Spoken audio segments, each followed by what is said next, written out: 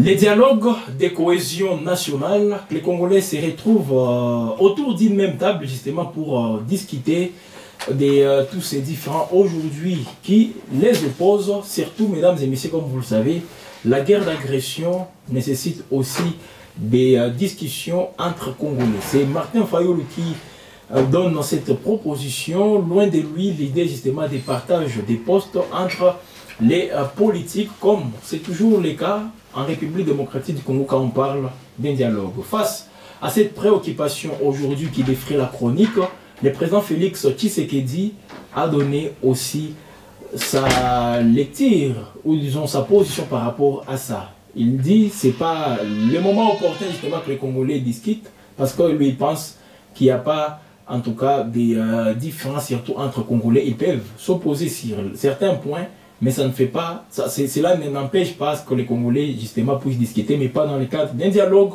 ou voire même partager les postes, comme c'est toujours le cas. Nous en parlons justement sur Gueule Afrique Télévision, aujourd'hui avec Christophe Mouissa, activiste des droits de l'homme. Mesdames et messieurs, cette question, comme je le disais, défraie la chronique. Et nous, comme nous sommes en train de revenir sur cette question parce que le chef de l'État, Félix Tshisekedi, a réagi à ça aussi.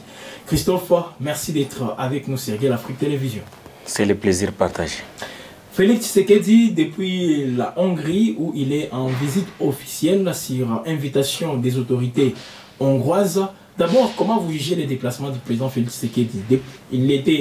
Il a participé à la 79e session de l'Assemblée générale des Nations Unies et tout juste après, il est parti répondre à cette invitation en Hongrie et plusieurs activités interviennent justement pendant son séjour. Comment vous jugez les séjours du président en Hongrie? Alors, en tout cas, c'est un énième déplacement du président de la République, rentre dans le cadre de nombreux autres voyages qui se sont déjà enregistrés par rapport au...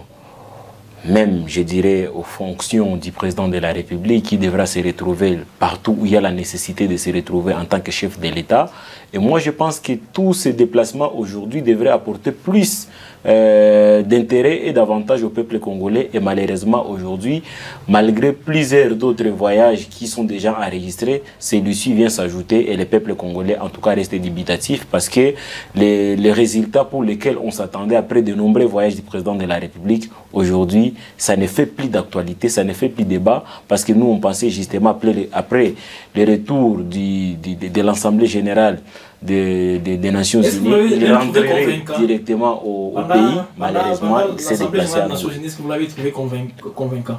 Convaincant, mais moi je pense qu'il a répété presque les mêmes discours, alors qu'aujourd'hui nous savons que l'heure n'est plus au discours, l'heure serait plutôt aux actions et aux sanctions pour que les peuples congolais puissent en tout cas avoir une autre manière de réfléchir et non plus rester dans les discours. C'est ce que j'ai dit. Il a prononcé presque le même discours il y a un an sur la même tribune et aujourd'hui il a encore répété. Donc pour les peuples congolais, nous en avons maintenant assez des discours, nous avons beaucoup plus besoin des actions concrètes sur le terrain qui pourraient rassurer les peuples congolais en espérant effectivement que pour cette fois-ci, les institutions se mettent au pied d'œuvre pour nous apporter la paix, le bien-être social, mais aussi la sécurité des populations congolaises ainsi que leur bien. En Hongrie, où le président Félix Tshisekedi séjourne, il a rencontré aussi la diaspora congolaise. Et justement, des questions lui ont été posées, où il a abordé justement quelques questions d'actualité ici au pays. Et là, c'est bien sûr cette proposition de Martin Fayulu. Vous, personnellement, Christophe, un dialogue encore une fois aujourd'hui, la proposition de Martin Fayulu, vous la jugez comment? Alors, moi, je pense que Martin Fayulu, en tant que citoyen congolais, il est en droit de mettre ses opinions, de donner ses propositions, mais également ses analyses. C'est tout à fait normal parce que nous sommes un pays démocratique où il y a également la liberté d'expression et la liberté d'opinion. La question reste sur la nécessité, l'opportunité et l'urgence de sa demande du dialogue. Est-ce qu'aujourd'hui, d'ailleurs j'ai vu le président Tshisekedi revenir sur l'urgence et la nécessité, et il a dit que c'était inopportun d'organiser actuellement un dialogue entre les Congolais, alors que en réalité, nous savons tous comment est-ce que les dialogues se soldent dans notre pays. Le plus souvent, il y a des intentions de partage du pouvoir qui seraient toujours derrière les différentes initiatives de dialogue, de concertation. Et c'est peut-être précisé disant que lui n'est pas dans cette logique de partage des pouvoirs. Non. Il essaie un peu de... Vous savez, on ne peut pas interdire aux politiciens de faire de la politique. Moi, je connais les politiciens congolais. Ils donnent les initiatives d'une part et ils ont des intentions cachées de l'autre côté. Cela s'est produit en 2013, après justement la guerre du 1-23 pour le premier épisode. Et Kabila a fait ce qu'on appelle les concertations nationales pour rassembler tous les Congolais, alors qu'on venait juste près d'une année ou 2 ans, ou presque 2 ans des élections de 2011. Et il a fait cet appel à tous les Congolais pour s'asseoir. Et nous savons quel a été le bout de ce dialogue.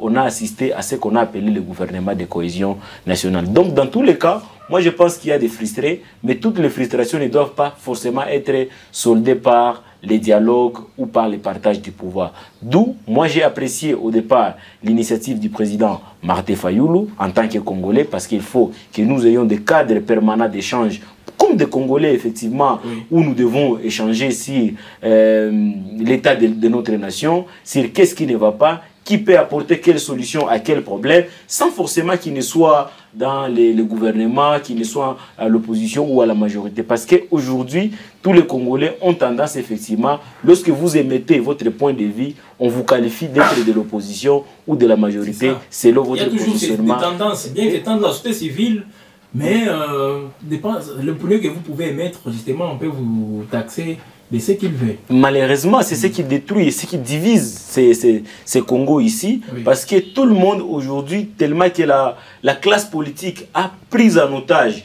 beaucoup de nos secteurs, vous verrez qu'il y a même certains acteurs politiques qui sont à la fois politiques et qui sont à la fois à la société civile, en créant ce qu'on appelle des fondations, des clubs, des cadres de concertation de la société civile. Et ça ternit ou ça réduit même la substance de ce que devrait être la société civile.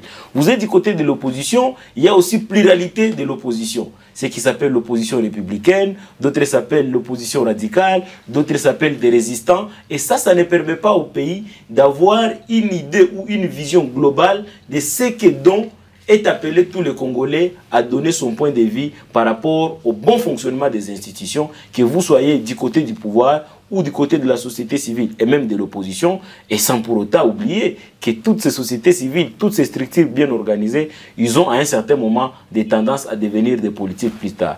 D'où les peuples congolais, aujourd'hui, nous nous posons la question, quelle est sa part dans toutes ces initiatives politiques qui sont en train d'être concoctées, qu'ils soient du côté du président Tshisekedi, que du côté du président Fayulu. Et pour moi, je pense que c'est une diversion, parce qu'il y a moins d'une année que le président Tshisekedi, qui continue toujours à se considérer comme le président légitime, depuis l'histoire des élections dans notre pays en 2006, il est parmi les présidents qui ont raflé la majorité des voix à un seul coup, 73%, et aujourd'hui il semble être légitime jusqu'à preuve du contraire, d'où il ne voit pas non plus la nécessité de convoquer un dialogue. Voilà, mais il y a une fissure aujourd'hui entre les Congolais, Christophe. Voilà peut-être l'idée qui anime Martin Fayulu justement de venir avec cette proposition.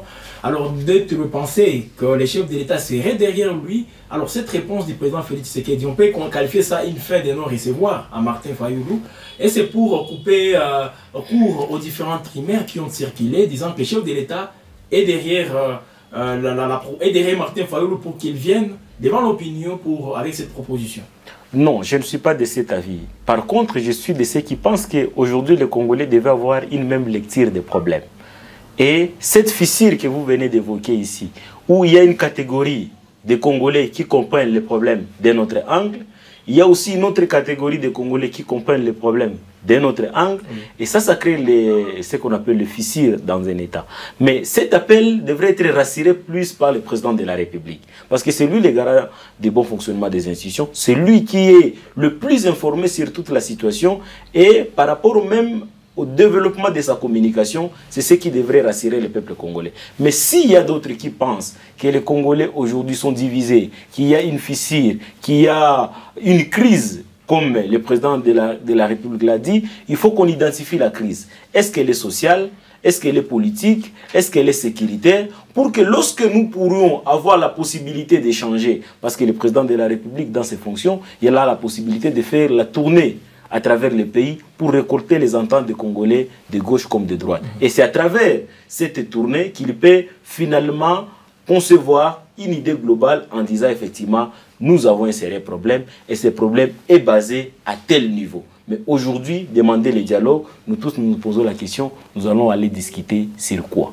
Quel est le sujet principal? On a des défis peut-être qui doivent permettre à ce que, surtout les leaders politiques, de discuter parce qu'on peut le considérer comme ayant aussi toute une masse derrière et facilement ils connaissent justement les défis auxquels nous sommes en train de faire face et ensemble ils peuvent en discuter sans problème. Non, c'est une diversion pour moi et c'est une distraction.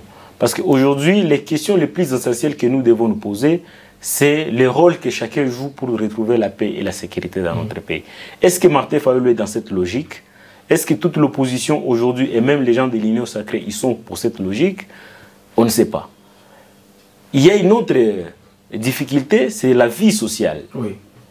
La cherté de la vie, la perte du pouvoir d'achat des Congolais. Est-ce qu'aujourd'hui nous nous posons cette question? Est-ce que c'est le dialogue qui pourrait résoudre cette question de la sécurité et de la perte du pouvoir d'achat sur le plan social des Congolais? Est-ce qu'aujourd'hui, par rapport, même j'ai entendu des discours liés à la révision de la Constitution, est-ce que c'est le dialogue effectivement qui pourrait résoudre de tels problèmes? Donc, on a des problèmes cruciaux sur lesquels nous devons nous concentrer autour des institutions de notre pays pour rechercher des solutions et non plus en créer d'autres problèmes. Parce que nous savons, comme j'étais en train de le dire, comment est-ce que les dialogues se font dans notre pays. D'abord, l'initiateur, est-ce qu'il a la légitimité? Est-ce qu'il a la qualité? Est-ce qu'il a la légalité? On ne sait pas. Lui, il propose, mais ce n'est pas lui qui... Effectivement, les propositions sont aux bons offices des prélats catholiques. Mais ça, ce sont des propositions, comme j'étais en train de le dire. Et je l'ai donné tout mon soutien en tant que citoyen de proposer. Oui. Mais est-ce qu'il a la légitimité? C'est ça la question. Est-ce qu'il a la légalité? Il lui propose cela sur base de quoi? Sur base de quelle crise proprement dite? Comme je le disais, la crise sécuritaire, oui. Oui. Mais quel est son plan, par exemple, de sortie de cette crise sécuritaire? Oui. Pas politique. Parce que pour la politique, j'ai déjà répondu que le président Tshisekedi venait d'être élu il n'y a pas une année. Peut-être vous serez de même avis que c'est là qui estime aujourd'hui, par rapport à la crise sécuritaire, que les Congolais à l'interne, nous ne parlons pas les mêmes langages. Et peut-être pour parler les mêmes langages, qu'on se fixe peut-être une voie à suivre, ensemble là, on peut faire un front commun contre ceux qui nous agressent. Est-ce que ça Martin Fayulu essaie un peu de développer cette idée aussi. Est-ce qu'il faut un dialogue? Ça ne demande pas forcément un dialogue. Il y a des commissions à l'Assemblée nationale, il y a des mécanismes de collaboration de toutes les institutions. Donc, il y a l'armée. C'est seulement disons, un dialogue, parce que les dialogues, s'il vous plaît, les dialogues vont consommer inutilement encore l'argent qui devrait être affecté au fond. Parce que pour les dialogues, il faut d'abord qu'il y ait des commissions préparatoires. Il faut aller convaincre ceux-là qu'on proposerait être des facilitateurs. Il faut choisir, sélectionner les acteurs.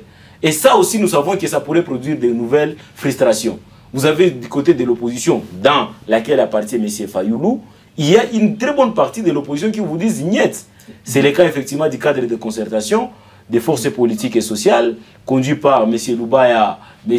Patient Saïba et même M. Setski Kouni en prison aujourd'hui, et même Katumbi qui vous disent « niet, nous ne sommes pas pour les dialogues ». Vous avez les camps du FCC avec Kabila qui vous disent qu'il n'est... Mais est-ce que Fayulu lui-même, il pèse quel poids politique aujourd'hui pour contraindre les institutions ou le président Tshisekedi à accepter les dialogues? Surtout que lui-même, il a boycotté les récentes élections à travers les élections municipales, législatives, nationales et provinciales, pour aller se présenter, en tout cas de façon singulière, aux élections présidentielles, et nous connaissons les résultats qu'il a eu. Donc aujourd'hui, moi je pense que c'est dans une... qui a perdu, pas forcément perdu, mais qui est à la recherche d'une nouvelle santé politique pour s'imposer maintenant dans la classe politique. Sans pour autant être de l'union sacrée, mais nous tous nous savons aujourd'hui que la quasi-totalité des acteurs ou des animateurs des institutions politiques sont de l'union sacrée. Est-ce que même au sein de l'union sacrée, il y a ceux-là qui sont pour les dialogues?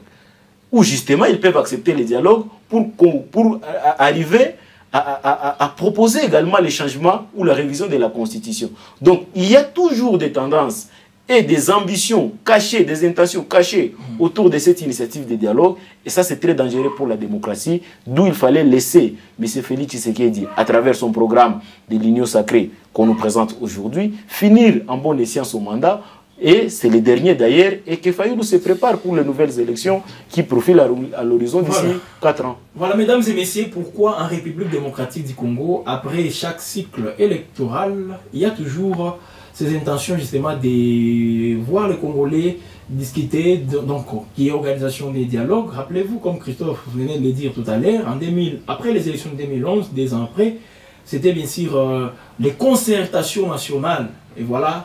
Après, on a vu un gouvernement appelé de cohésion nationale, après justement ces concertations. Après les élections de 2018, en 2021, on a vu aussi un autre truc créé.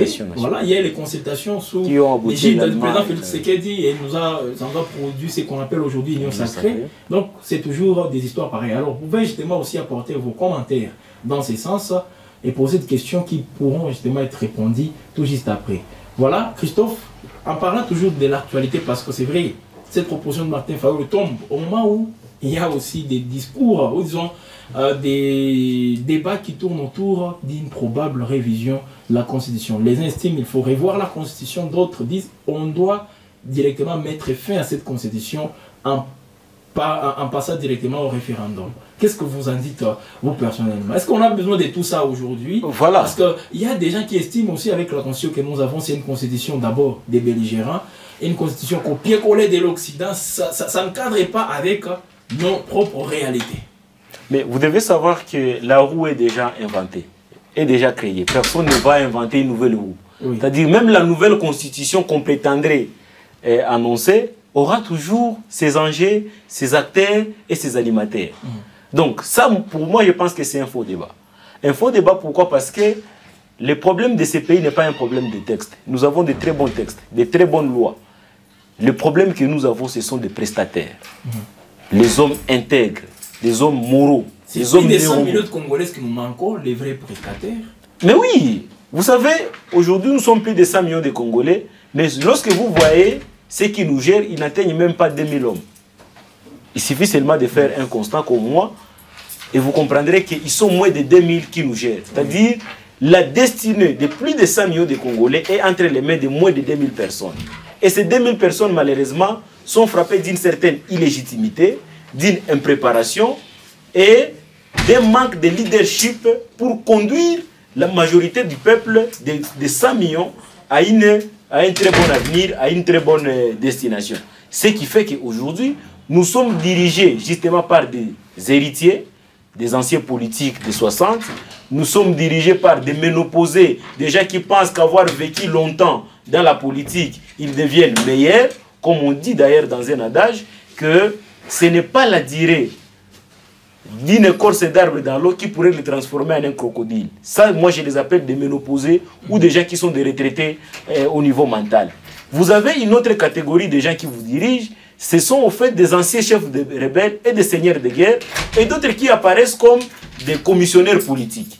Et c'est toutes ces personnes-là, lorsque vous les voyez, de 60 jusqu'à aujourd'hui, les pays qui étaient en arrière de la République démocratique du Congo, ce sont des pays qui avancent et nous sommes en train de reculer jusqu'à arriver au niveau où c'est nous, à l'époque, le Grand Congo, qui installait des présidents au niveau du Rwanda, du Burundi, de l'Ouganda et même au niveau du Sud-Soudan. Mais aujourd'hui, nous sommes encore reculés de plus de 20 ans et c'est devenu les petits pays comme le Rwanda qui viennent nous agresser. Donc pour moi, la question n'est pas forcément liée au changement de la Constitution. Parce que même la nouvelle Constitution qu'on pourrait changer, elle sera toujours violée comme on viole celle-ci. Et même si on apportait la Bible pour que ce soit la Constitution de ces pays, tant que nous n'aurons pas des acteurs légitimes, des personnes compétentes, porteurs de visions pour gérer le Congo, en tout cas, nous serons toujours butés à de telles difficultés. Parce que même en permettre au chef de l'État d'avoir un temps utile justement pour bien gérer les pays. Parce qu'on dit, sur les 5 ans, le chef de l'État n'a que 3 ans. En termes pratiques, selon Augustin Kabouya, CG de l'IDPS. Non, moi je pense que le problème n'est pas au niveau des nombres d'années. Le problème réside au niveau de la vision, au niveau de la rigueur et du leadership. Parce qu'en 2016, vous vous souvenez, avec ces histoires de dialogue, on a connu des dialogues successifs dans moins de 4 mois. Il y a eu d'abord le dialogue de Kodjo, après quelques mois, il y a eu les dialogues de la Saint-Sylvestre, et tous ces dialogues, en tout cas, ont été soldés par des gouvernements qui ont été mis en place. C'est-à-dire, aujourd'hui, c'est un schéma très suicidaire, et surtout qu'aujourd'hui, le président Tshisekedi semble ne pas être respectueux des engagements qu'il prend. Donc pour moi, je pense que c'est très risqué de l'accorder encore de nouvelles béquilles pour violer la Constitution, parce que même ce qu'il Fayoulou est en train de proposer là, ce n'est même pas constitutionnel, parce qu'il y a toujours, comme je l'ai dit, des cadres de collaboration entre les institutions. Cela maintenant devrait être appuyé par cette adhésion massive de la population, et ça passe par la communication et l'accès aux informations sensibles sur le fonctionnement de notre pays. Christophe Mouissa, je vous dis merci. C'est moi qui vous remercie. Voilà, mesdames et messieurs, Gueule Afrique Télévision, toujours à votre compagnie. Comme je vous ai dit, commentez en toute liberté. Surtout, n'hésitez pas aussi de vous abonner si ce n'est pas encore fait. La cloche des notifications est à activer pour recevoir en temps utile toutes nos productions. On se retrouve demain pour d'autres productions sur la chaîne panafricaine.